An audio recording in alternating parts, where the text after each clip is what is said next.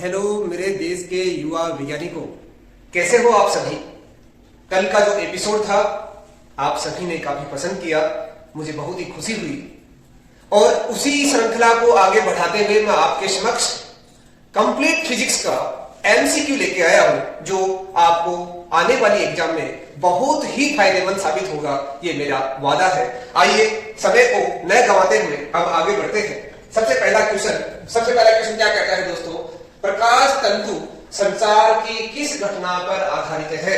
प्रकाश तंतु जो होता है आज के जमाने का सबसे इंपॉर्टेंट यदि कोई चीज है, विज्ञान की सबसे बड़ी कोई देन है तो ऑप्टिकल फाइबर, जिसमें हम सिग्नल को एक जगह से दूसरी जगह ट्रांसफर करते हैं थ्रू, आप ये कह सकते हो, आप समुद्र के एक छोर से दूसरे छोर पर आप एक फाइबर केबल का बहुत बड़ा विस्तार करके हम सिग्नल को बहुत कम ऊर्जा हानि के द्वारा एक जगह से दूसरी जगह पहुंचा सकते हैं। तो इसमें प्रकाश की कौन सी घटना है दोस्तों, पूर्ण आंतरिक परावर्तन। दूसरा क्वेश्चन है, प्रकाश हवा से कांच में प्रवेश करता है। प्रकाश हवा से जब कांच में प्रवेश करता है तो इसकी तरंगदैर्घ्य पर क्या प्रभाव पड़ता है। दोस्तों आपने एक फॉर्मूला देखा होगा, माध्यम के अंदर तरंग की जो तरंगदैर्घ्य होती है वो निर्वात में तरंगदैर्घ्य तथा अपवर्तनांक के अनुपात के तुल्य होता है। तो आप ये बताइए, हवा की तुलना में जो माध्यम कांच है आपके पास, इसका अपवर्तनांक कितना होता है आप सभी को मालूम है, 1.5 से डिवाइड करोगे तो जो निर्वात में तरंगदैर्घ्य है प्रकाश की, उससे आपको ज्यादा मिलनी चाहिए या कम मिलनी चाहिए, उससे कम मिलनी चाहिए। तो प्रकाश की तरंगदैर्घ्य क्या होती है, जैसे ही माध्यम आपने कांच ले लिया तो तरंगदैर्घ्य घट जाती है। चलो नेक्स्ट क्वेश्चन की ओर बढ़ते हैं। नेक्स्ट क्वेश्चन है, यदि माइनस 1.5 डायप्टर तथा प्लस का 2.5 डायप्टर की क्षमता वाले दो लेंसों को संपर्क में रख दिया जाए तो इस संयोजन की फोकस दूरी क्या होगी। दोस्तों आपको मालूम होना चाहिए फोकस दूरी कौन सी लेंस की धनात्मक होती है, कौन सी की ऋणात्मक होती है। बहुत ही आसान सा तरीका है, आपको ज्यादा जोर नहीं लगाना है। ये कौन सा लेंस है, उत्तल लेंस है, ठीक है। ये कौन सा लेंस है, ये अवतल लेंस है।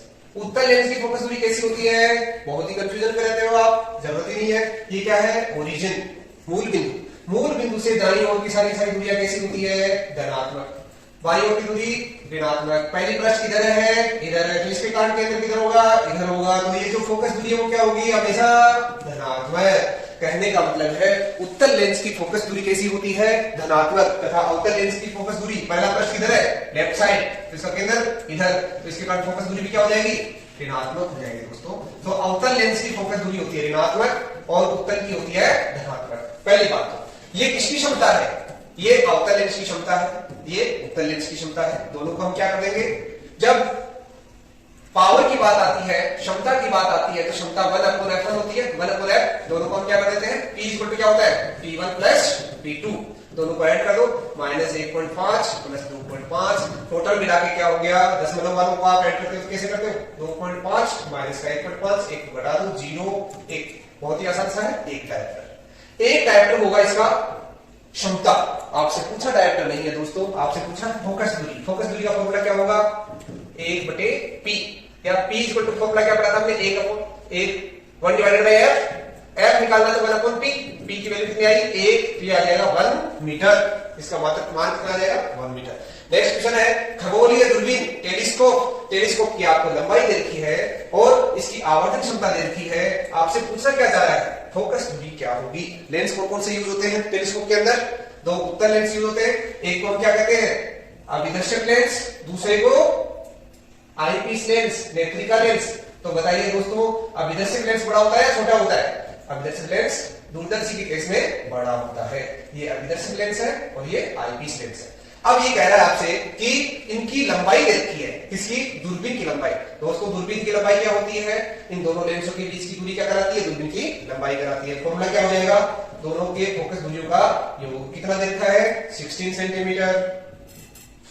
कह रहा है आवर्धन क्षमता, जो दूरदर्शी होती है उसकी आवर्धन क्षमता का फॉर्मूला क्या होता है, F0/FP। आप ये बताइए कितनी दे रखी है, 3। यहां से एक समीकरण बन गई, F0 बराबर 3FE, एक समीकरण। ये इस समीकरण को यहां पुट कर दो, क्या बन जाएगा, F0 की जगह 3FE रख दो, 3FE plus FE 16 centimetre, 4FE 16, FE कितना आ गया, 4 सेंटीमीटर। कहने का मतलब है एक 4 सेंटीमीटर और इस 4 को यहां पर पुट करोगे तो क्या बन जाएगा, FO का मान कितना आ जाएगा 12 सेंटीमीटर। एक का मान 4 सेंटीमीटर, दूसरे का मान 12 सेंटीमीटर, दोनों धनात्मक होगी ने, क्योंकि हमने अभी पढ़ा है उत्तल लेंस की फोकस दूरी बच्चों कैसी होती है, धनात्मक, अवतल की ऋणात्मक। चलो आगे बढ़ते हैं। नेक्स्ट क्वेश्चन क्या कहता है बेटा, नेक्स्ट क्वेश्चन कहता है कि एक म्यू अपवर्तनांक का एक प्रिज्म ले लो, म्यू अपवर्तनांक का एक प्रिज्म ले लेते हैं और इस प्रिज्म पर जो न्यूनतम विचलन कोण कब मिलता है, उस प्रिज्म से यदि उस प्रिज्म पर किसी प्रकाश को गिराया जाता है, आपने 28 फरवरी को अभी रमन जी को याद किया होगा, बहुत अच्छे से याद किया होगा। क्यों याद किया था, क्योंकि रमन जी ने हमको बताया था कि जब प्रकाश किसी प्रिज्म पर गिरता है तो 7 रंगों में विभक्त हो जाता है, बहुत ही सुंदर सी कलाकृति बन जाती है, इंद्रधनुष जैसी बनती है। 7 रंगों में विभक्त होना वर्णी विक्षेपण कहलाता है। तो वो किसके कारण होता है, विचलन के कारण। अब ये न्यूनतम विचलन कोण कब प्राप्त होता है, यदि आपको म्यू अपवर्तनांक दे रखा है तो बहुत ही सिंपल सा फॉर्मूला, डेरिवेशन करते हो आप, म्यू माइनस 1 इंटू ए, ये किसके बराबर होता है, डीएम के। तो दोस्तों इसमें ऑप्शन कौन सा सही है, दूसरा option correct answer. Next question क्या कहता है, प्रिज्म से होकर गुजरने वाले श्वेत प्रकाश क्या क्या रंग होता है, कोई रंग नहीं होता, परंतु इसमें कितने रंग होते हैं, 7, विबग्योर, बहुत ही होशियार बच्चे हो आप। विबग्योर, इस विबग्योर में सबसे न्यूनतम विचलन वाला अवयव कौन सा है। क्वेश्चन आपसे पूछना चाह रहा है कि ये जो 7 रंगों से मिलकर जो सफेद रंग का सफेद जो प्रकाश बनता है, श्वेत प्रकाश बनता है, इसमें सबसे कम मुड़ने वाला कौन सा होता है, बताइए कौन सा होता है। तो सबसे कम मुड़ने वाला जो प्रकाश होता है वो लाल रंग का प्रकाश होता है, हमेशा ध्यान रखना। न्यूनतम विचलन लाल रंग का, अधिकतम विचलन वोलेट, फिर इंडिगो, फिर ब्लू, फिर ग्रीन, फिर येलो, फिर ऑरेंज और फिर रेड। तो विचलन का ऑर्डर ये होता है दोस्तों। हमेशा आपसे दो उससे भी पूछा जा सकता है, आपसे कह दे कि ऑरेंज और येलो में सबसे कौन सा ज्यादा विचलित कौन सा होता है, तो येलो सबसे ज्यादा विचलित होगा, ऑरेंज उससे कम होगा। कहने का मतलब है विचलन का ऑर्डर ये है, सबसे ज्यादा विचलन वोलेट, सबसे कम रेड। तो सबसे कम पूछा आपसे न्यूनतम विचलन, सबसे न्यूनतम कम विचलन वाला कौन सा है, लाल रंग का प्रकाश। आइए क्वेश्चन नेक्स्ट क्वेश्चन पढ़ते हैं। 2 डायोप्टर तथा -3.5 डायोप्टर दोनों लेंसों को हम पास में रख देते हैं तो क्षमता क्या होगी। अभी थोड़ी देर पहले क्या पूछा था हमसे, अभी फोकस दूरी पूछी थी, अभी आपसे सीधा सीधा पूछ रहा है। यहां से डेफिनेटली क्वेश्चन हर बार बोर्ड एग्जाम में आया है। मेरे दोस्तों आप इस क्वेश्चन को छोड़ नहीं सकते क्योंकि ये बहुत महत्वपूर्ण क्वेश्चन है, इसको छोड़ना है तो आपको बोर्ड एग्जाम भी छोड़नी पड़ेगी, समझ रहे हो बात को। तो चलो ये क्वेश्चन क्या कहता है कि यदि इन दोनों को हम आपस में संयोजित कर दें तो दोनों के संयोजन के पश्चात जो लेंस बनेगा उसकी कितनी क्षमता होगी, तो एक की 2, दूसरे की -3.5, क्या बढ़ जाएगी, माइनस का 1.5 dioptre. Option B correct answer. चलो नेक्स्ट। अरे मेरे प्यारे विद्यार्थियों कहां गए आप, रील देखने लग गए, आओ इधर, अभी एग्जाम है आपकी, रील देखने का समय बहुत है हमारे पास। चलो फटाफट देखते हैं। क्वेश्चन क्या था, लेंस की शक्ति का मात्रा क्या होता है, डायोप्टर। नेक्स्ट है 10 सेंटीमीटर फोकस दूरी का उत्तल लेंस की क्षमता क्या होगी, उत्तल लेंस की क्षमता क्या होगी भाई, तो P क्या होता है, 1/f, 1 डिवाइडेड बाय f का मान कितना देखा है, 10 सेंटीमीटर। सेंटीमीटर को किसमें बदलो, मीटर में। ध्यान रखना सबसे बड़ी गलती बच्चे अक्सर यही करते हैं, सेंटीमीटर को मीटर में नहीं बदलेंगे, आंसर गलत आ जाएगा। इस 10 की घात -2 को ऊपर ले जाओ, 100 डिवाइडेड बाय 10, 100 डिवाइडेड बाय 10 क्या हो जाएगा, 1 0 से 1 0 कट जाएगा, 10 क्या आ गया, डायोप्टर। अब आपके समक्ष एक बहुत बड़ी समस्या आ गई। समस्या क्या आई, 10 तो दे रखा है, 2 ऑप्शन में दे रखा है, एक में प्लस दूसरे में माइनस। आप तो घबरा गए, घबराने की जरूरत नहीं है। अभी थोड़ी देर पहले क्या डिस्कस किया था हमने, उत्तल लेंस की फोकस दूरी जो होती है वो धनात्मक होती है, अवतल की ऋणात्मक होती है। ये कौन सा लेंस दे रखा है, उत्तल लेंस, तो यहां पर कैसा आ जाएगा, धनात्मक। ध्यान रखना गलत हो जाएगा, आपने सब कुछ सही किया पर एक छोटी सी समझ नहीं होने की वजह से आंसर गलत हो जाता है। नेक्स्ट क्वेश्चन है, संयुक्त सूक्ष्मदर्शी में जो प्रतिबिंब बनता है वो कैसा होता है, आप सभी को मालूम है। संयुक्त सूक्ष्मदर्शी में जो प्रतिबिंब बनता है वो हमेशा काल्पनिक होता है और उल्टा भी होता है। आपने पता है कि यहाँ पर हमने एक छोटा अभिदर्शक लेंस लिया, यहाँ पर हमने बहुत बड़ा आईपीएस लेंस लिया, यहां से प्रकाश किरण आई, इधर गई, फिर इससे सीधी गुजार दी, फिर ये जो जाके यहां से इधर जाती है, इधर उठती है। यहां आपकी सुंदर सी क्या होती है, आंख होती है। मित्रों इस आंख में आप इसका प्रतिबिंब देखते हो, जो कीड़े मकोड़े आप देखना चाहते हो वो बहुत बड़े होकर आपको दिखाई देते हैं, दिखते यहां पर है, परंतु इसका प्रतिबिंब इधर जाके बहुत बड़ा बनता है बनता है कि नहीं बनता है? इसलिए प्रतिबिंब बहुत बड़ा दिखाई देता है अपने को इधर। ये आंख इधर होती है इसलिए आभासी प्रतिबिंब दिखाई देता है। ये डॉट डॉट डॉट है इधर, इधर डॉट डॉट डॉट बनाना है, ये आपको आभासी प्रतिबिंब दिखाई देता है। चलो नेक्स्ट क्वेश्चन पे चलते हैं। नेक्स्ट क्वेश्चन क्या कहता है दोस्तों? संयुक्त सूक्ष्मदर्शी इसी की बात करता है। में अभिदर्शक द्वारा वस्तु से बना प्रतिबिंब होता है। में वस्तु से बना प्रतिबिंब कैसा होता है? अभी पढ़ के आए, काल्पनिक होता है, उल्टा होता है, आवर्तित होता है। बहुत बड़े स्तर पे देख सकते हो आप, उसको 1000 टाइप कर सकते हो। संयुक्त सूक्ष्मदर्शी में हम यानी सरल में 9 गुना और 9 गुना से ज्यादा यदि आपको करना है तो संयुक्त सूक्ष्मदर्शी। और संयुक्त सूक्ष्मदर्शी में हम 2 लेंस यूज करते हैं, एक अभिदर्शक लेंस, एक नेत्रिका लेंस। सरल सूक्ष्मदर्शी की सामान्य संयोजन के लिए आवर्धन क्षमता का फॉर्मूला क्या होता है? दोस्तों बहुत डायरेक्ट है, यहां से न्यूमेरिकल भी फंसता है, तो आप इस चीज को ऐसे अवॉइड मत करना कि ये क्वेश्चन आपके एग्जाम में नहीं आएगा। जरूरी नहीं है एमएसएड में नहीं आएगा, आपको हो सकता है न्यूमेरिकल में आ जाए, तो आप गौर से पढ़िएगा, आपको बहुत मजा आएगा। देखो आवर्धन का फॉर्मूला क्या होता है? D by F. एफ क्या होता है? उस लेंस की फोकस दूरी। डी क्या होता है? नियर डिस्टेंस, जिसकी वैल्यू कितनी होती है? 25 सेंटीमीटर। नेक्स्ट क्वेश्चन क्या कहता है? 1.5 अपवर्तनांक के एक प्रिज्म के न्यूनतम विचलन कोण का मान प्रिज्म के कोण के बराबर है। ठीक है, क्या कहा गया है? प्रिज्म के कोण को हम ए से दर्शाते हैं, विचलन को हम डेल से दर्शाते हैं, डेल आई। ठीक है, पहला है कि ये डेल एम का मान ए के बराबर है। देखो इस क्वेश्चन की लैंग्वेज में इंफॉर्मेशन है, आपको अलग से मैथमेटिकल इक्वेशन नहीं दी है, सिर्फ लैंग्वेज से आपको खोजना है कि ये पूछना क्या चाह रहा है। कह रहा है प्रिज्म कोण विचलन कोण के बराबर है, तो प्रिज्म का कोण का मान क्या होगा? कहने का मतलब है या तो आप प्रिज्म का कोण बता दो या विचलन कोण का मान बता दो, दोनों में से एक बता दो, दोनों बराबर है। ठीक है, कैसे ज्ञात करोगे? अब आपके दिमाग में चक्र घूमता है, आपके समक्ष 2 फॉर्मूले हैं। एक फॉर्मूला कहता है दोस्तों, एक फॉर्मूला क्या कहता है कि म्यू इज इक्वल टू, हमने पढ़ा था कि सर आपने तो ये फॉर्मूला पढ़ाया था, ये बताया था ना, परंतु इससे तो आंसर नहीं आएगा। इसको इसके बराबर कर दो। क्या कभी आंसर बता सकते हो आप? डेल एम इक्वल टू क्या पढ़ा था हमने? DM equal to mu minus 1 into a पढ़ा था ना, इससे तो आंसर नहीं आएगा, क्योंकि इस डीएम को इसके बराबर कर दो, आएगा नहीं आंसर, कभी नहीं आएगा। ये फॉर्मूला कभी काम में नहीं लेना। ये कब लगता है? ये कब काम में आता है? जब कोण का मान बहुत ही कम होता है। ये हमें नहीं बताया गया है दोस्तों। ये आया कहां से, इसका ओरिजिन क्या है, उस पर चलते। आपने अपवर्तनांक का फॉर्मूला स्नेल के नियम से निकाला था, sine I upon sine R, sine I upon sine are.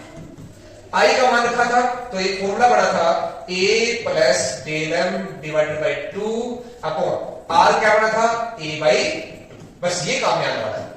इसमें क्या करो आप? a को डेल एम के इक्वल पुट कर दो, मींस जो इंफॉर्मेशन आपको देख के इसको यहां पुट करो, साइन डेल एम की जगह पुट करते क्या हो जाएगा? 2a upon a, 2a upon 2 sorry 2a upon 2 sine a upon 2। ये क्या बन जाएगा? 2 से 2 कट गया तो 2 साइन a, ये फॉर्मूला बन जाएगा a by 2 cos a by 2 upon sine a by 2। Sine a by 2 से साइन a बाई 2, ये कैसे किया मैंने? आप सभी बहुत ही होशियार विद्यार्थी हो, आपको मालूम है साइन 2 थीटा इक्वल होता है 2 साइन थीटा कोस थीटा होता है ना दोस्तों। इसको मैंने यहां क्या कर लिया? थीटा की जगह a बाई 2 कर लिया। a बाई 2 करते ही क्या हो जाएगा? ये साइन 2 थीटा का फॉर्मूला बन जाएगा और फिर साइन a का फॉर्मूला बन जाएगा, उससे हम ये सोल्व कर लेंगे साइन a बाई 2 से साइन a बाई 2। अब ये क्या बन गया? अब ये बन गया mu is equal to 2 sine a divided by 2। अब बताओ इस म्यू का मान कितना होता है? म्यू का मान कितना देखा है? 1.5। 1.5 इस 2 को नीचे ले आओ, क्रॉस मल्टीप्लाई कर दो, साइन a अपॉन 2। ये क्या होगा? इसका मान कितना होगा?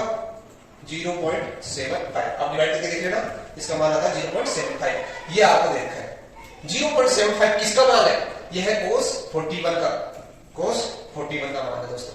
cos 41 का मान होता है 0.75। यहां सॉरी यहां पर cos बचा ली, साइन तो कट गया, साइन कट गया, cos बच गया,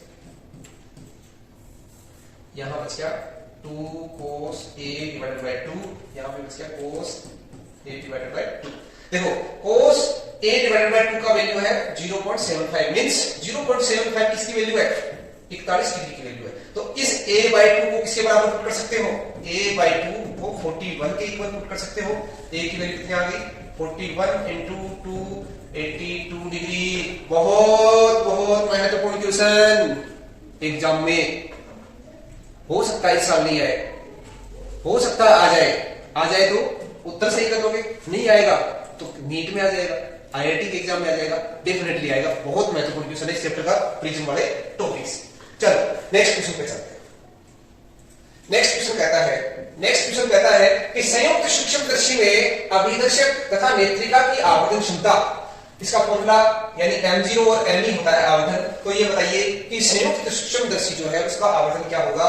तो संयुक्त सूक्ष्मदर्शी का आवर्धन क्या हो जाएगा, दोनों को मल्टीप्लाई कर दो। आपने किया होगा, हमेशा आवर्धन क्षमता क्या होती है, जितने भी लेंस हो, जरूरी नहीं दो, संयोजन में जितने भी लेंस होते हैं यदि संयुक्त करने के बाद में वो एक लेंस बनता है तो संयोजन के बाद जो उसकी आवर्धन क्षमता होती है वो सभी के आवर्धनों को गुणा करने पर उसके तुल्य आ जाती है। नेक्स्ट क्वेश्चन क्या कहता है मित्रों, नेक्स्ट क्वेश्चन कहता है यदि किसी दूरबीन के अभिदर्शक तथा नेत्रिका की फोकस दूरियां आपको दे रखी है, एक 20 सेंटीमीटर यानी अभिदर्शक को आप बोलोगे एफ हो, ये है 20 सेंटीमीटर, एफ ही देखा है, नेत्रिका की 2 सेंटीमीटर, दोनों उत्तर है इसके धनात्मक होगी।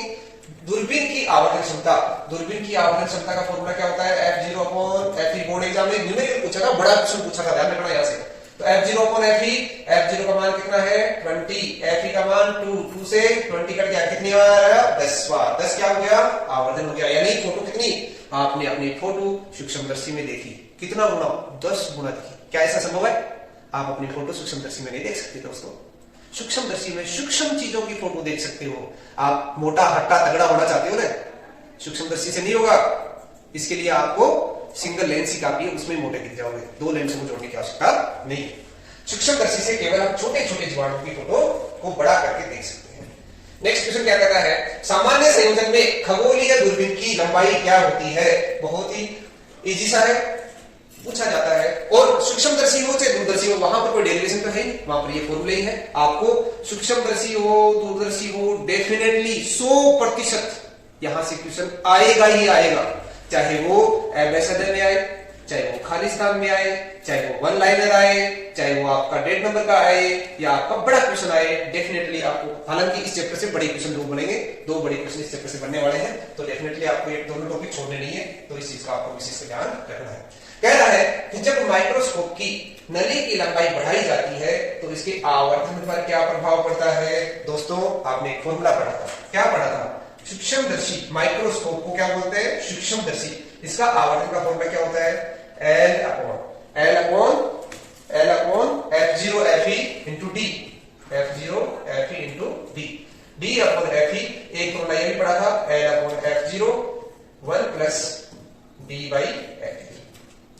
ये सूक्ष्मदर्शी पर डिपेंड करता है, यानी नेत्रिका जो सरल सूक्ष्मदर्शी आपने काम में लिया उनका दोनों, यानी आप कहां से वस्तु को देख रहे हो उस पर निर्भर करता है, फोकस से देख रहे हो या फोकस से दूर देख रहे हो, तो उसके लिए हम अलग अलग फॉर्मूले काम में लेंगे।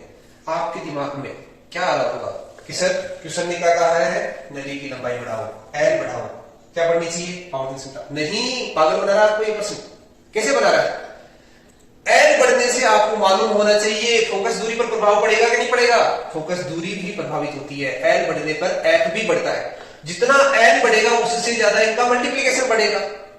2 राशियों में जितना एड में बढ़ता है, एड इसमें तो एक में फर्क पड़ेगा, इसमें दोनों में फर्क पड़ेगा, दोनों को फिर मल्टीप्लाई करेंगे तो वो ज्यादा चेंज लेके आएगा। इट मींस एम बढ़ने की बजाय क्या होगा, घटेगा, एम बढ़ने की बजाय घटेगा। आपने इस फॉर्मूले में देखा एल, फटाफट आपका दिमाग काम किया, लो सर जी इस पे टिक कर देते हैं, इससे काम नहीं चलने वाला दोस्तों।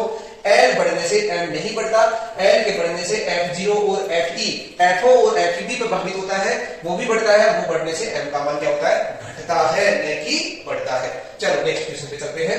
नेक्स्ट क्वेश्चन क्या कहता है, समय को आपको ध्यान रखना ही है, विशेषकर मेरे को ध्यान रखना, आपको तो क्या ध्यान रखना है, निम्नलिखित में से किस प्रकाश के तरंग सिद्धांत से किसे, कौन सी घटना है जिसे हम प्रकाश के तरंग सिद्धांत से नहीं समझा सकते, बताओ कौन सी है। बहुत ही आसान सी है, दुनिया के अंदर, फिजिक्स के अंदर बदलाव लाने वाली यही एकमात्र वो घटना है जिसने ये दुनिया को बदलाया कि न्यूटन भाई साहब सही नहीं थे, न्यूटन सर सही नहीं थे, सबने न्यूटन सर को सलाम ठोका, पर वो सलाम थोड़ा सा अधूरा था। अल्बर्ट आइंस्टाइन को भी ठोकना पड़ेगा, प्लांक को भी ठोकना पड़ेगा, क्योंकि वो दोनों भी क्या है, शहंशाह है जो न्यूटन की बात को तोड़ देते हैं और एक नई सिद्धांत की रचना कर देते हैं, प्रकाश विद्युत प्रभाव की घटना के बाद में। तो प्रकाश विद्युत प्रभाव की घटना ने समझाया कि फिजिक्स 2 भागों में बढ़ चुकी है, क्लासिकल फिजिक्स, मॉडर्न फिजिक्स, ठीक है। नई फिजिक्स पुरानी फिजिक्स। प्रकाश तरंग की लंबाई क्या होती है दोस्तों? प्रकाश तरंग क्या होती है? सॉरी लंबाई। प्रकाश तरंग कैसी होती है? परगामी होती है, अंधेरी होती है, अनुप्रस्थ होती है। कैसी तरंग होती है? अनुप्रस्थ तरंग होती है। कौन सी घटना से पता चला? ध्रुवण से पता चला। ठीक है, चलो नेक्स्ट बढ़ते हैं। विनाशी व्यतिकरण के लिए पथांतर क्या होना चाहिए? विनाशी व्यतिकरण के लिए पथांतर सीधा सीधा है 2n + 1 λ/2 होना चाहिए। समकोशी के लिए n λ होना चाहिए। जब प्रकाश स्रोत और पर्दे के बीच की दूरी को बढ़ा दिया जाता है तो फ्रिंज चौड़ाई पर क्या प्रभाव पड़ता है? मित्रों फ्रिंज चौड़ाई बीटा क्या होती है? Lambda capital D/D। आपके दिमाग में हमेशा गुस्सा आता है, पढ़ते हो तो कहते हो गुरुजी ये आपने क्या किया? आपने कैपिटल D भी ले दिया, स्मॉल d भी ले दिया। हमें तो याद करने में बड़ी समस्या आती है। लैम्डा D/D, D स्मॉल ऊपर जाएगा, कैपिटल जाएगा, स्मॉल जाएगा, ऊपर जाएगा। कौन सा ऊपर कौन सा नीचे रहेगा? सबसे बड़ी समस्या होती है। बताओ घर में बड़ा आदमी क्या होता है? हमेशा हम उनसे क्या रखते हैं? नजरों में अपने से बड़ा रखते हैं। तो इसलिए ऊपर किसको रखो? बड़े वाले को रखो, स्मॉल वाले को नीचे रखो। क्या याद हो जाएगा? जो फ्रिंज चौड़ाई उसका फॉर्मूला क्या होता है? Lambda D/D। आपने D को बढ़ाया, कैपिटल D क्या बताता है? स्रोत व पर्दे के बीच की दूरी को बतलाता है दोस्तों। स्रोत व पर्दे के बीच की दूरी को बतलाता है। D का मान बढ़ाया तो किसका मान बढ़ा? बीटा का मान बढ़ा। तो फ्रिंज चौड़ाई क्या होनी चाहिए? बढ़नी चाहिए। चलो यंग के प्रयोग में यदि प्रकाश की तरंग की लंबाई को दुगुना कर देते, यहीं से दूसरा क्वेश्चन बन गया। यदि इस लैम्डा को डबल कर दे, 2 लैम्डा कर दे तो क्या हो जाएगा? बीटा 2 बीटा हो जाएगी, दुगुनी हो जाएगी। चलो यहां से भी एक क्वेश्चन आपको जरूर मिल सकता है। आगे बढ़ते हैं। एक पदार्थ का कार्यघन आपको देखा है। नेक्स्ट चैप्टर में चलते हैं प्रकाश विद्युत प्रवाह वाले में और इस क्वेश्चन को सोल्व करने की कोशिश करते हैं। क्या कहता है? कार्यफलन। कार्यफलन को मित्रों कैसे लिखा जाता है? h/0। कह रहा है इसका मान है 4 इलेक्ट्रॉन वोल्ट। तरंग दैर्घ्य क्या होगी? आपको बहुत ही सॉफ्ट बताता हूं। हर साल एग्जाम में यहां से क्वेश्चन फंसा है, हर साल फंसा है। किसी बोर्ड एग्जाम का पेपर उठा के देख लो, आपको यहां से क्वेश्चन जरूर मिला है कार्यफलन से। कार्यफलन से आपको पूछ लेता है कि देहली तरंग दैर्घ्य क्या होगी या देहली आवृत्ति क्या होगी। तरंग दैर्घ्य में सबसे बड़ी समस्या होती है। 2022 के अंदर क्वेश्चन आया था, वहां पर भी ऐसा क्वेश्चन पूछा गया था। तो इससे आप तरंग दैर्घ्य कैसे निकालोगे? देखो आपने पता है कि म्यू नॉट बराबर क्या होगा? C/λ0। आपसे लैम्डा नॉट पूछ रहा है, तरंग दैर्घ्य, पहली तरंग दैर्घ्य पूछ रहा है। अब आप मैथमेटिकल कैलकुलेशन करते हो, गलती होती है। आप हमेशा ध्यान रखना, अपना टाइम भी बचा के चलो, क्योंकि बोर्ड का एग्जाम का जो पैटर्न है वो बहुत लेंथी होता है। क्वेश्चन पेपर बहुत बड़ा होता है और आप पूरा कवर ही नहीं कर पाते हो यदि आपको पूरा अच्छे से आता है। जो एक्सपर्ट बच्चा होता है, जिसने बहुत अच्छा अभ्यास कर रखा है, बहुत सारे प्री बोर्ड एग्जाम दे रखी है, वही बच्चा पूरा अच्छे से कवर कर पाता है। जिसने एग्जाम बिल्कुल नहीं दिया, हाफ ईयरली के बाद डायरेक्ट मुंह उठा के जाएगा, सिर्फ डेरिवेशन पढ़ता जाएगा, डेफिनेटली उसका पेपर छूटेगा, ये मेरी गारंटी। इसलिए जिसने अभ्यास नहीं किया उसके साथ ये नुकसान है, पर डरने की जरूरत नहीं है। आप मेरे साथ जुड़े हुए हो, क्वेश्चंस को सोल्व कर रहे हो, भी लगातार लगे हो। क्या होता है दोस्तों? Hc का जो मान है वो 12,400 लिख देना आप, सीधी सी बात है, इंग्लिश में लिखते हैं। चलो इसका मान कितना दे रखा है? eV। Hc का मान लिख दिया मैंने 12,400। जब ये कंडीशन क्या है? जब ये इलेक्ट्रॉन वोल्ट है तब, अदरवाइज तो आपको इलेक्ट्रॉन वोल्ट को जूल में बदलना पड़ेगा, उधर H का मान लगाना पड़ेगा, C का मान लगाना पड़ेगा, फिर जाके कैलकुलेशन करनी पड़ेगी। इधर लैम्डा नॉट को उधर ले आओ, 12,400 डिवाइडेड बाई 4 क्या बन जाएगा दोस्तों? 4 × 12, 4 × 4 31 आ गया। ये किसमें आएगा? एंगस्ट्रॉम में आएगा। ये किसमें आएगा? एंगस्ट्रॉम में। पूछा किसमें है? नैनोमीटर में। बताओ, देखते हुए पता चल रहा है आपको? नैनोमीटर में 1 0 कम कर दो, 310 नैनोमीटर। यहां से क्वेश्चन आपको जरूर न्यूमेरिकल में भी मिल सकता है। तरंग का कलांतर रेखा है, पथांतर रेखा दोनों के बीच में रिलेशन पूछ रहा है। बहुत ही इजी है, ट्रिक लगाओ। क्या होता है देखो, ध्यान रखना। कलांतर एक कोण है, इसके बराबर आपको क्या लाना है? हाँ, आपसे इधर पथांतर वगैरह भी पूछ रहा है, तो पथांतर बराबर कलांतर किस कंडीशन में हो सकता है? आपने बीमा पढ़ी है 11th क्लास में, सदुपयोग करो उसका। पथांतर एक लंबाई है, और लंबाई कब बराबर हो सकती है कोण के? जब उसको किसी लंबाई बटे कोण से गुणा कर दे, कोण से कोण कट जाएगा, बीमा बराबर हो जाएगी। कहने का मतलब यहां पर ऊपर ले लो लंबाई और नीचे ले लो कोण। कोण कितना? 2π। यदि लैम्डा जो है वो दूरी कोई तरंग तय करती है तो कितना कोण तय करती है? 2π कलाकोण तय करती है, 2π कोण तय करती है, कोण विस्थापन 2π होता है। अब देखो यहां कौन सा रिलेशन है? लैम्डा अपॉन 2π, कलांतर है फाई। क्या हो जाएगा? बताओ कौन सा आंसर है? कौन सा ऑप्शन है? Lambda upon 2π into phi. Third option correct answer. सामान्य संकेतों में व्यक्त निम्नलिखित में से संबंधों में से कौन सा डी ब्रोगली तरंग दैर्घ्य को गलत सूचित करता है? डी ब्रोगली का जो फॉर्मूला है उसमें से कौन सा फॉर्मूला है वो सही नहीं है। लैम्डा इक्वल टू आपने पढ़ा है h/mv, सही। लैम्डा इक्वल टू h/√2mE, ये भी सही है। कब? यहां की ऊर्जा हो जाती है, है ना। Lambda is equal to h upon under root 3m kT, ये भी सही है। ये किसके केस में काम में लेते हैं? न्यूट्रॉन के केस में, जो अनावेशित है, अनचार्ज पार्टिकल है, जैसे न्यूट्रॉन। न्यूट्रॉन को गर्म किया जा सकता है, त्वरित नहीं कर सकता। त्वरित कराने के लिए क्या चाहिए अपने को? टेम्परेचर चाहिए, जबकि आवेशित कण को विद्युत क्षेत्र चाहिए, है ना। तो यहां पर ईवी लगा देंगे तो क्या हो जाएगा? आवेशित कण के लिए केटी आ जाएगा, तो ताप यानी अनावेशित कण, अनचार्ज पार्टिकल, निरावेशित कण। ये एच तो नीचे है, ये ऑब्वियसली ये क्या है? गलत आंसर। ये ऑप्शन करेक्ट है। गलत पूछा हमने से, तो ये ऑप्शन सही है। नेक्स्ट क्वेश्चन क्या कहता है कि यदि विराम से एक इलेक्ट्रॉन को 1 वोल्ट विभवांतर लगाकर क्या किया जाता है? दोलित किया जाता है, तो इसकी गतिज ऊर्जा क्या होगी? दोस्तों, गतिज ऊर्जा का फॉर्मूला हमने क्या पढ़ा था? Kmax इक्वल टू क्या होता है? EV। Kmax इक्वल टू क्या होता है? EV होता है कि कोई प्रकाश की किरण जब किसी धातु की सतह पर गिरती है तो उससे इलेक्ट्रॉन को, जो उसके अंदर बैठा हुआ, उसको निकाल सकती है। उसके अंदर इतनी शक्ति होती है, निकालने के लिए उस इलेक्ट्रॉन के लिए उस नाभिक से कुछ बंधन होता है, उतनी ऊर्जा उसको चाहिए, उसे हम क्या कहते हैं? कार्यफलन कहते हैं। तो कार्यफलन प्लस अब उसके पास जो एक्स्ट्रा एक्सेस में जो ऊर्जा बची, उसे हम क्या करेंगे? उससे उस इलेक्ट्रॉन को गति कराएंगे, जिससे हमें विद्युत धारा मिले। ठीक है, तो विद्युत धारा प्राप्त करने के लिए हमें उसे इलेक्ट्रॉन को गतिज ऊर्जा प्रदान करता है। कौन प्रदान करता है? जो आपतित प्रकाश की ऊर्जा ज्यादा होने पर। यदि कार्यफलन से जितनी ज्यादा ऊर्जा होगी उतनी ज्यादा क्या होगी? उसकी गतिज ऊर्जा होगी। चलो देखते हैं प्रश्न क्या कह रहा है कि ये जो विद्युत धारा है, यानी जो गतिज ऊर्जा है इलेक्ट्रॉन की, ये किस पर निर्भर करती है? ये आपतित प्रकाश की, यहां से क्या पता चल रहा है? या तो आवृत्ति पर या तरंग दैर्ध्य पर। क्या करने जा रही है? आपतित प्रकाश की आवृत्ति के वर्ग तो है नहीं भाई साहब, क्या कर रहा है? ये केवल और केवल आवृत्ति पर निर्भर करता है। तो ये क्या कर रहा है? ये कह रहा है आपतित प्रकाश की आवृत्ति पर। ये बात सही है, आपतित प्रकाश की तरंग दैर्ध्य पर, क्योंकि इसमें वो भी आता है आवृत्ति ज्यादा महत्वपूर्ण है, तरंग दैर्ध्य के वर्ग के नहीं। Option B is correct. कह रहा है कार्यफलन क्या है? बहुत बार प्रश्न पूछा गया है भाई, बड़ा क्वेश्चन आएगा तो उसमें भी उसके साथ में एक क्वेश्चन जरूर अटैच होगा।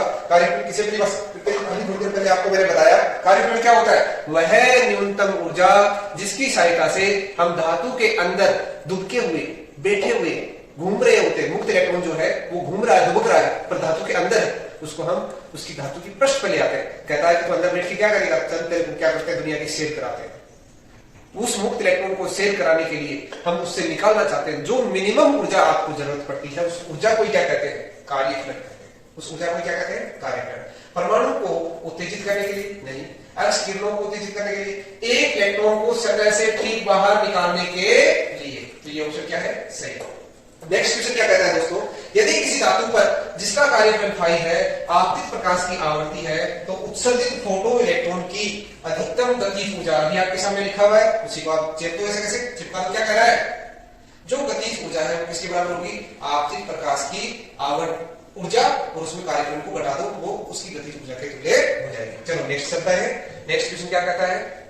एक प्रकाश सुग्राही धातु, प्रकाश सुग्राही धातु से क्या तात्पर्य है? सुग्राही मतलब सेंसिटिव, लाइट सेंसिटिव मैटर। कौन से? जैसे सपोज आपके ऊपर लाइट गिरती है, क्या आप लाइट सेंसिटिव हो? डेफिनेटली है। छुई मुई का प्लांट सबसे बेस्ट उदाहरण। छुई मुई के पौधे पर जब सूर्य की पहली किरण प्रवेश करती है, जब उसके फ्लावर पर जब वो प्रकाश की किरण आएगी तो वो क्या हो जाता है? जागृत हो जाता है। जैसे ही सूर्य की किरण अपने मकान में जिसमें आप सो रहे होते हो अचानक आपकी आंखों पर गिरती है तो आपको लगता है सवेरा हो चुका है। वैसे ही धातु भी क्या होती है? लाइट के प्रति सेंसिटिव होती है। जब उसके ऊपर प्रकाश की किरण गिरती है तो सेंसिटिव से तात्पर्य है उस धातु के अंदर क्या है? धातु के पास ले दे के बेचारे के पास है क्या? उसके पास प्रोटॉन है, इलेक्ट्रॉन है, न्यूट्रॉन है। वो डोनेट क्या कर सकती है?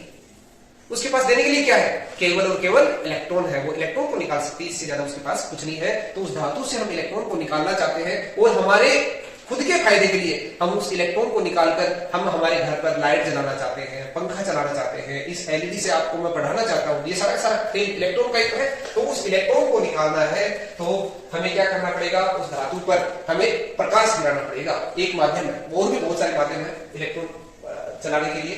यहाँ पर प्रकाश सुग्राही धातु है, उसका हमें क्या देखा है? कार्यफलन देखा है। उत्सर्जित फोटो इलेक्ट्रॉन की अधिकतम गतिज ऊर्जा भी देखी है। आपसे पूछ रहा है आपतित फोटोन की ऊर्जा क्या होगी? आइंस्टाइन सर ने बहुत अच्छे से बताया था कि आपतित प्रकाश की ऊर्जा कार्यफलन प्लस गतिज ऊर्जा के तुल्य होती है। चलो दोस्तों, ये पूछा है, दोनों को ऐड कर दो। फाई का मान देखा है 2.1, के मैक्स का मान देखा है 0.9, दोनों को ऐड करते हैं क्या आ जाता है? 3 EV। Option 3 is correct answer.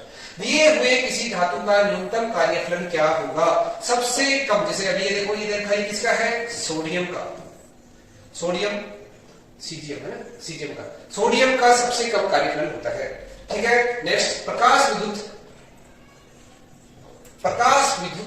प्रभाव में आपतित प्रकाश की देहली आवर्ती क्या होती है? देहली आवर्ती किस पर निर्भर करती है? मैंने आपको देखो शुरुआत में बता दिया था कि इस चैप्टर में कथन बताएंगे और कथनों पर आधारित क्वेश्चन, और वो कथन तभी कर पाओगे जब आपका बेसिक बहुत अच्छे से क्लियर है।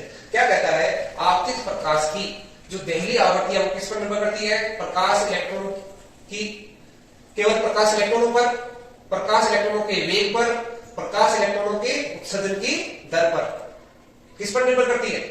आपतित प्रकाश की देहली आवर्ती जो होती है, इनमें से प्रकाश इलेक्ट्रॉन मात्र उत्सर्जित होते हैं, इलेक्ट्रॉन उत्सर्जित होते हैं। जैसे देखो आपको क्या बताया कि जब किसी धातु की सतह पर प्रकाश गिरता है, जब प्रकाश गिरता है तो सिर्फ इलेक्ट्रॉन उसकी पृष्ठ पर आ जाते हैं। इसका काम इतना ही है। देहली आवर्ती का काम क्या है? देहली आवर्ती से संबद्ध जो ऊर्जा है उसको प्राप्त करके धातु के अंदर वाला इलेक्ट्रॉन उसकी पृष्ठ पर आकर बैठ जाता है। अब उसको गति करना चाहते हो तो ऊर्जा ज्यादा, तो सीधी सी बात है। ठीक है, किसी सतह से प्रकाश विद्युत उत्सर्जन तभी प्रारंभ होता है जबकि सतह पर आपतित प्रकाश की आवर्ती होती है, एक निश्चित आवर्ती होती है, तभी उससे प्रकाश निकलता है। उस निश्चित आवर्ती को हम क्या कहते हैं? न्यूनतम आवर्ती, देहली आवर्ती कहते हैं। उस आवर्ती को हम क्या कहते हैं? न्यूनतम आवर्ती या देहली आवर्ती, कट ऑफ फ्रीक्वेंसी कहते हैं।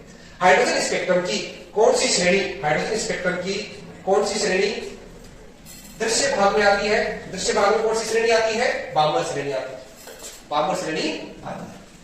ठीक है, जब कोई इलेक्ट्रॉन, हाँ देखो दोस्तों, यहां से इस क्वेश्चन को थोड़ा सा और वाइब्रेट करते हैं। पिछली साल ये क्वेश्चन पूछा गया था कि हाइड्रोजन परमाणु का जो स्पेक्ट्रम हमें मिलता है उसके अंदर बामर श्रेणी कौन से भाग में आती है? उल्टा पूछ लिया था, दृश्य या दृश्य भाग में कौन सी आती है? बामर श्रेणी। तो बाकी श्रेणी से संबंधित भी प्रश्न पूछा जा सकता है। चलो, लाइमन में क्या, लाइमन कौन सी श्रेणी में आता है? अल्ट्रावायलेट, पास्टल, ब्रैकेट, फोन, ये सारी आयात अवरक्त।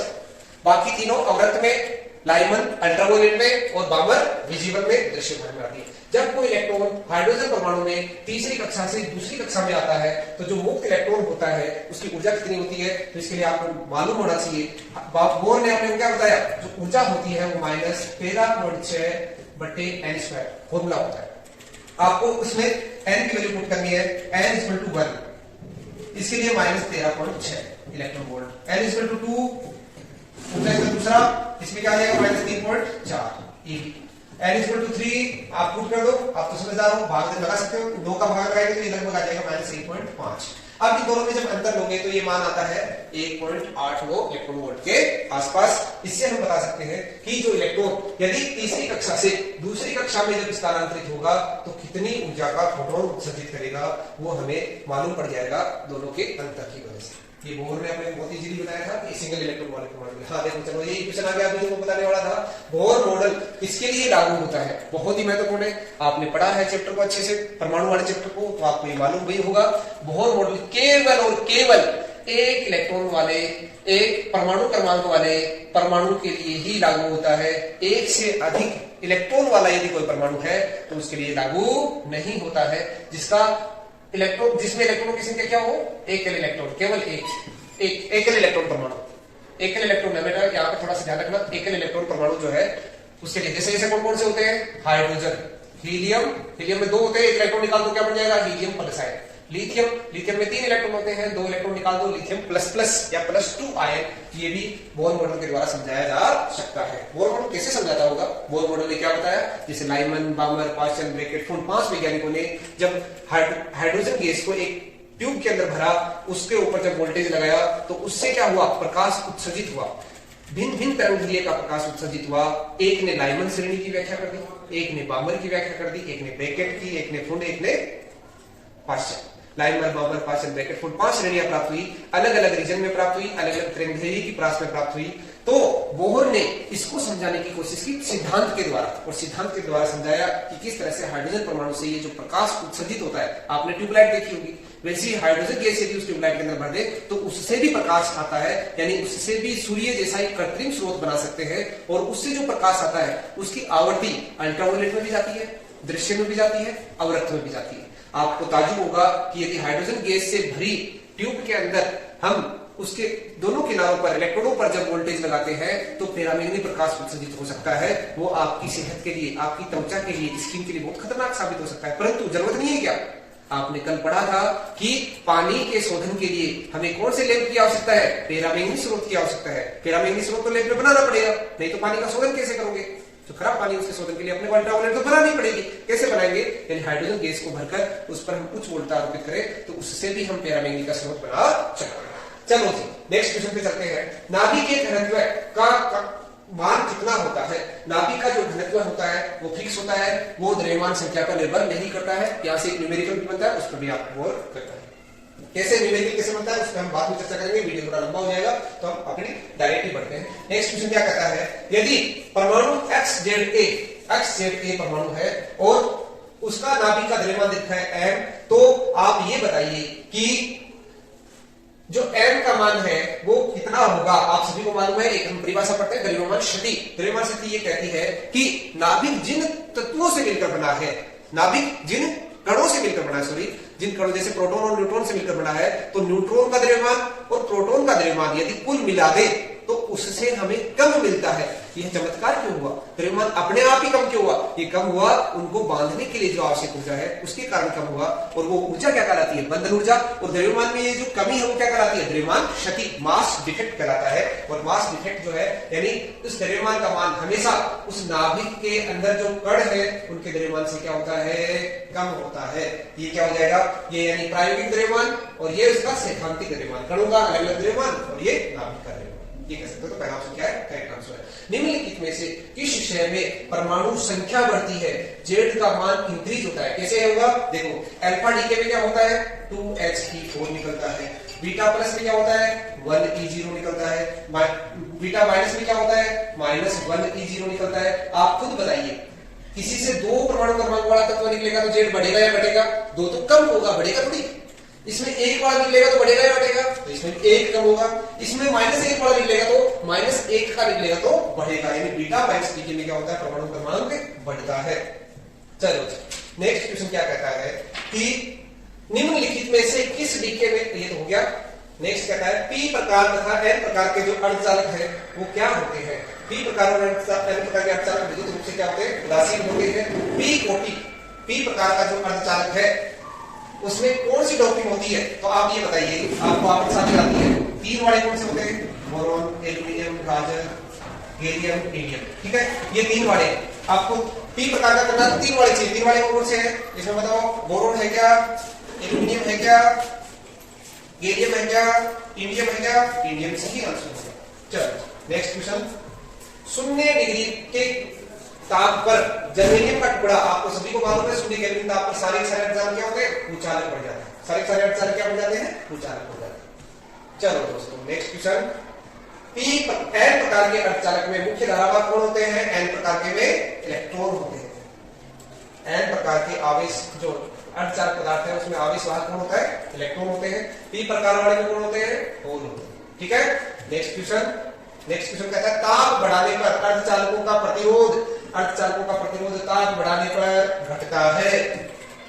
अर्धचालक में विद्युत चालकता का कारण क्या है? अर्धचालकों में प्रोटॉन होल भी होते हैं और इलेक्ट्रॉन भी होते हैं। दोनों ही क्या है इसके कारण है? इलेक्ट्रॉन और होल दोनों के कारण क्या होते हैं? अर्धचालकों में चालकता होती है। सेकंड लास्ट क्वेश्चन क्या कहता है? पूर्ण तरंग विशिष्टकारी, पूर्ण तरंग विशिष्टकारी के रूप में हम किसका काम में लेते हैं? संधि डायोड को काम में लेते हैं। और संधि डायोड का जो व्यवहार, संधि डायोड का व्यवहार करने के लिए आवश्यक होती है कितने डायोड चाहिए हमें? को 2 डायोड चाहिए। आप सभी को मालूम है इसमें जो पूर्ण तरंग विशिष्टकारी है उसमें अपने इधर ट्रांसफार्मर, इधर पे ट्रांसफार्मर और यहाँ पर एक डायोड यहाँ पर, दोनों को जोड़ देते हो। यहाँ पर क्या करते हो? लोड प्रतिरोध लगा देते हो। 2 डायोड चाहिए अपने को। संयोजकता ऊर्जा बैंड तथा चालन ऊर्जा बैंड के बीच की ऊर्जा अंतर को क्या कहते हैं दोस्तों? ये वैलेंस बैंड, ऊपर है कंडक्शन बैंड, चालन बैंड। दोनों के बीच की जो ऊर्जा अंतराल है उसको कहते हैं बैंड गैप, वर्जित ऊर्जा अंतराल, वर्जित ऊर्जा अंतराल। इस प्रकार आज का यह सत्र यहीं पर समाप्त होता है। आपके लिए मैं नेक्स्ट एपिसोड के अंदर बहुत ही सारगर्भित कम समय में बड़े जो क्वेश्चन है उसकी श्रृंखला लेके आऊंगा। आप उसको मिस मत करना। इसको भी पूरा आपने देखा, आपने सेम बनाया और गौर किया, इससे ये साबित होता है कि आप बहुत ही होनहार विद्यार्थी हो, फिजिक्स को आप समझते हो। इन क्वेश्चंस को आप अच्छे से आपने यदि देखा है तो डेफिनेटली आपके बहुत सारे क्वेश्चंस एग्जाम में सही होने वाले हैं। आपके साथ मेरी शुभकामनाएं जुड़ी हुई है। आप इस एग्जाम में सफलता तो प्राप्त करोगे ही करोगे। आप इस तरह से फिजिक्स पढ़ते रहे तो आप डेफिनेटली जो देश के उन्नति के लिए, आप अपना जो कैरियर की उन्नति के लिए आप बहुत ही अच्छा काम करोगे। इसी के साथ साथ बहुत बहुत धन्यवाद। आप मेरे से जुड़े, बहुत बहुत धन्यवाद।